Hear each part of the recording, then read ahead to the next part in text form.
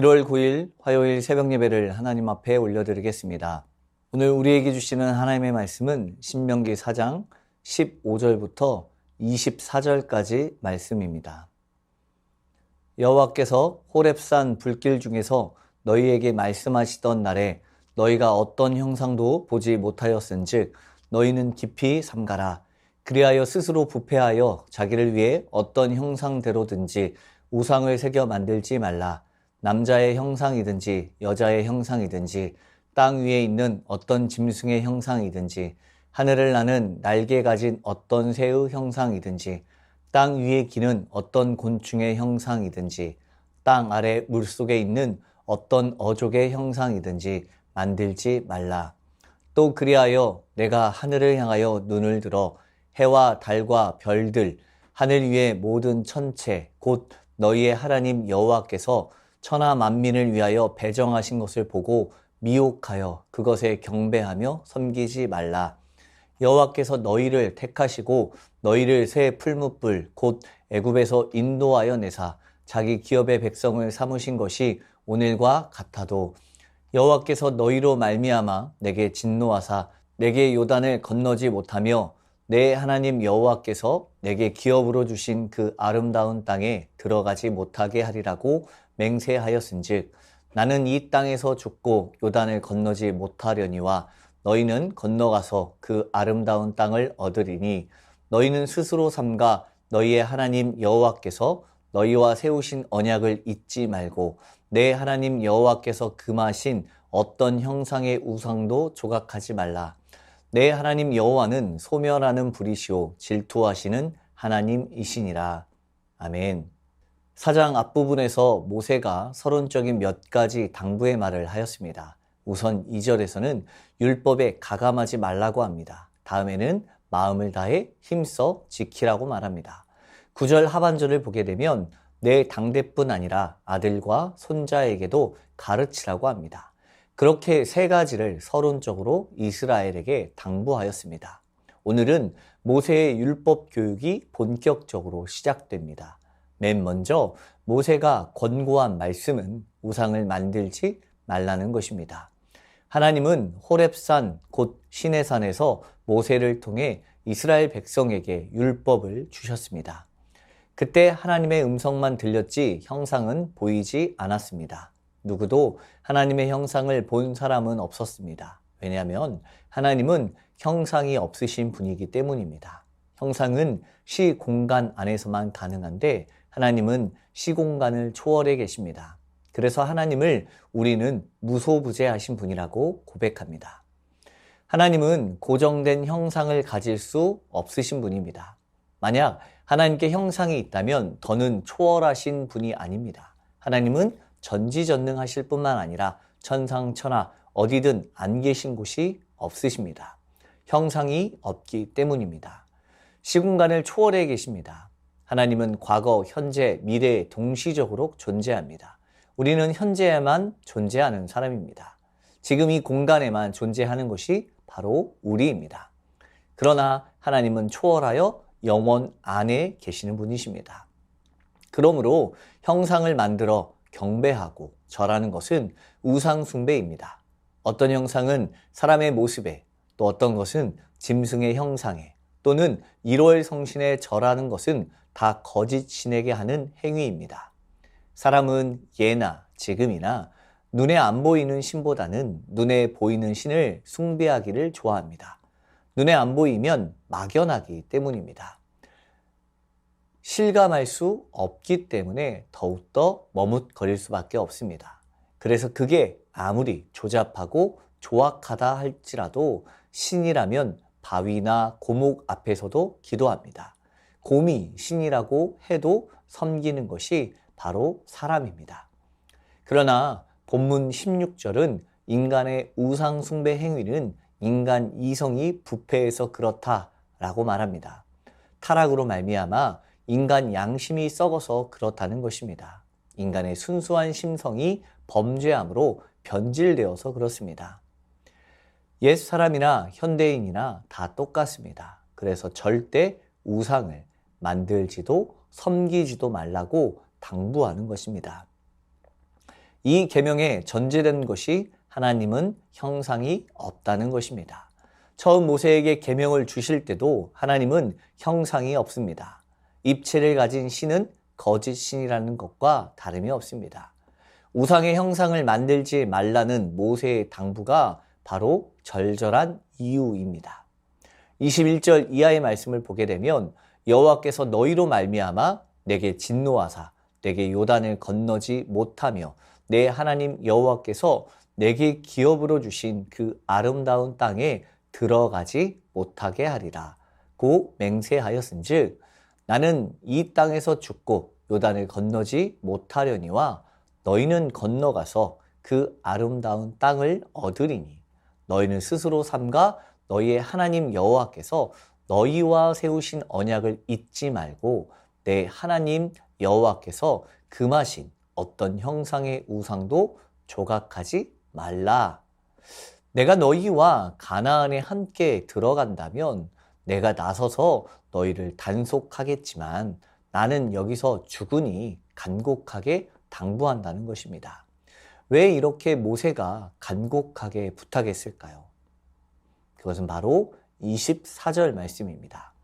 내 하나님 여호와는 소멸하는 불이시요 질투하시는 하나님이시니라. 소멸하는 불이라는 말은 가차없이 심판하시는 하나님이란 뜻입니다. 불은 모든 것을 삼킵니다. 순식간에 모든 것을 죄로 만듭니다. 그래서 흔히 하나님의 심판의 두려움을 불에 비유하는 것입니다. 그러니 두렵고 떨리는 마음으로 형상 만드는 것을 삼가라는 것입니다. 우상에게 눈길도 주지 말고 추파를 던지지 말아야 할 이유는 하나님이 질투하시는 분이시기 때문입니다. 질투하시는 하나님의 히브리 말은 엘칸나입니다. 질투하면 무슨 일이 벌어질지 모릅니다. 사람들은 하나님이 질투한다고 하면 이상하게 여깁니다. 우주를 창조하신 분이 속 좁게 질투한다는 게 이해되지 않습니다. 하지만 하나님이 그만큼 우리를 사랑하시기 때문입니다. 정말 사랑하면 당연히 불같은 질투심을 갖게 됩니다. 사랑하기 때문에 질투하는 것입니다. 내가 사랑하는 사람이 아니면 내가 누구를 만나든 누구에게 관심을 가지든 상관이 없습니다. 그러나 하나님은 우리를 너무도 사랑하시기에 우상 앞에 절하면 심한 배신감을 느끼십니다. 그러므로 질투하는 하나님은 사랑의 하나님의 다른 표징입니다.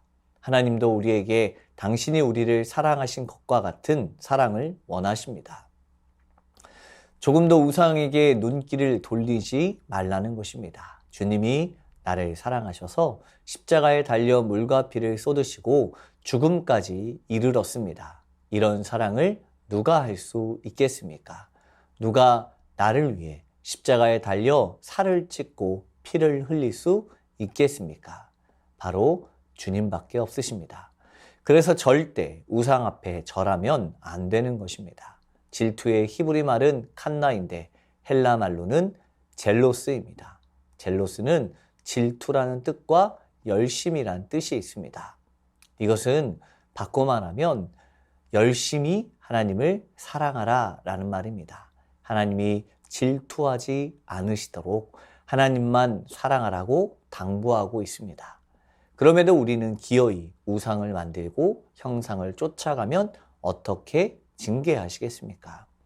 오늘 본문에서 모두 다 읽지는 않았지만 25절 이하의 내용을 보게 되면 크게 두 가지를 말하고 있습니다. 그것은 망한다.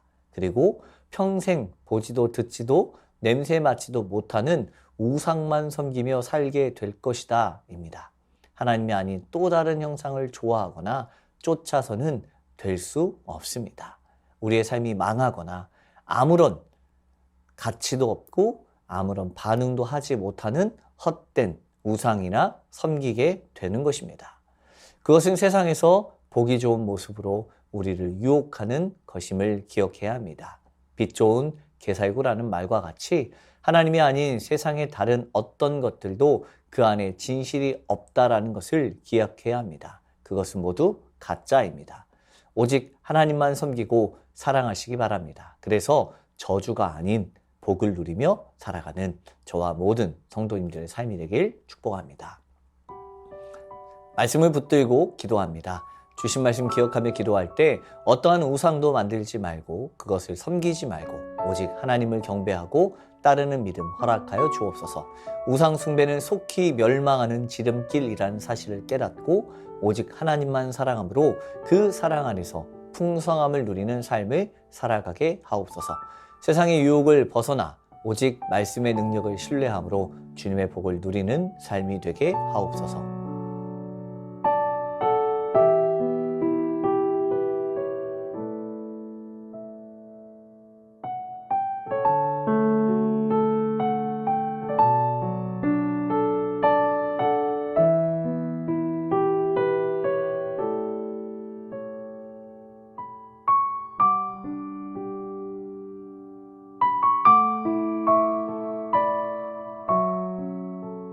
나라와 열방을 위해서 기도합니다. 대한민국이 하나님을 경외하는 나라가 되게 하시고 거룩한 나라로 열방 가운데 소망의 빛을 나타내는 나라가 되게 하옵소서.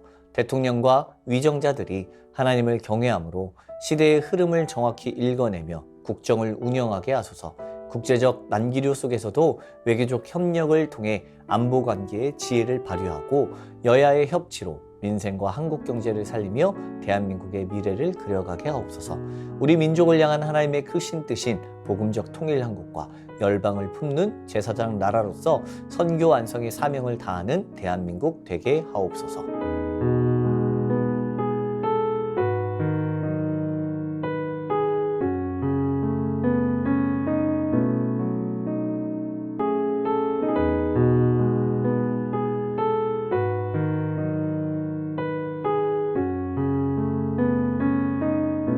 교회를 위해서 기도합니다. 2024년 일꾼 선출 가운데 하나님의 뜻만 드러나게 하시고 상처받는 영혼이 없게 하옵소서. 다음 세대 겨울 사역 가운데 은혜를 부어주시고 주님을 소망하는 거룩한 자녀들로 성장할 수 있도록 인도하여 주시고 이끌어가시는 교역자와 교사 순장들 가운데 힘을 더하여 주옵소서. 담임 목사님과 부교역자 모든 중직자들을 통하여서 하나님 나라의 완성과 확장을 이루는 교회의 공동체 되게 하옵소서.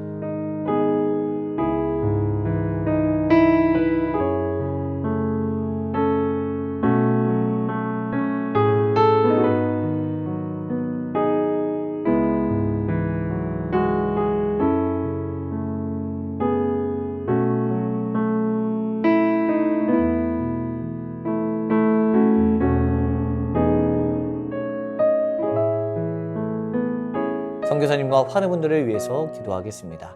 오늘은 탄자니아 조병훈, 허선옥 선교사님을 위해서 기도합니다. 뉴비전 스쿨 새학기 가운데 하나님의 은혜가 넘치게 하여 주옵소서. 9일에서 11일 현지 목회자 컨퍼런스 가운데 하나님의 임재가 가득한 집회 되게 하옵소서. 13일 중고 청년 찬양 집회 가운데 하나님이 홀로 영광 받으시옵소서. 환우분들을 위해서 기도합니다. 조국빈 집사님 직장암 수술 후 회복 중에 있습니다. 암세포 남김없이 제거하여 주시고 완전히 회복시켜 주옵소서. 한양림 권사님 목 디스크 통증으로 치료받고 계십니다. 속히 통증이 사라져서 건강한 일상을 살아가는데 어려움 없게 하옵소서. 문점순 권사님 괴사성 근막염으로 수술을 앞두고 있습니다. 빠른 수술이 이루어지고 치료받게 하옵소서. 최기숙 집사님 유방암으로 4개월 항암 후에 수술 예정입니다. 항암과 수술하는 과정 중에 하나님 역사하여 주옵소서. 김민정이 성도님 갑상샘암 판정받았고 수술을 마쳤습니다. 수술 이후 회복과 방사선 치료 가운데 함께하여 주시고 잘 견뎌낼 수 있는 힘과 믿음 허락하여 주옵소서. 이정희 집사님 담도암 수술 이후 회복 중에 있습니다. 완치까지 선하게 인도하옵소서.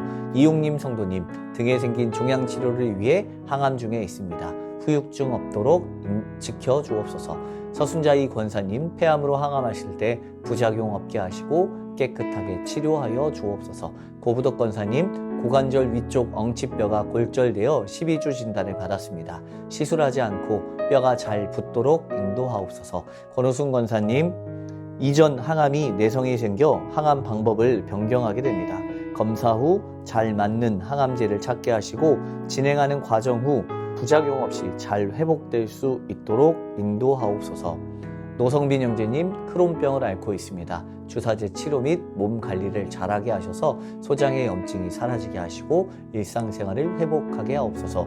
이 외에도 최경화 집사님 아버님, 조한숙 권사님, 차영미 권사님, 윤근덕 권사님, 김진옥 집사님 어머님, 이기범 집사님, 강동엽 어린이, 이민남 권사님, 신혜남 권사님, 이춘실 집사님, 김인혜 집사님, 최혁기 성도님, 이길태 집사님, 김찬준 집사님, 김영자 권사님, 정순근 권사님, 김봉남 권사님, 김광순 권사님, 박문천 집사님, 최혜랑 집사님 아버님을 위해서 어려운 가운데 있는 분들을 위해서도 함께 기도해 주시길 원합니다. 선교사님과 환우분들을 위해서 기도하다가 개인 기도하겠습니다.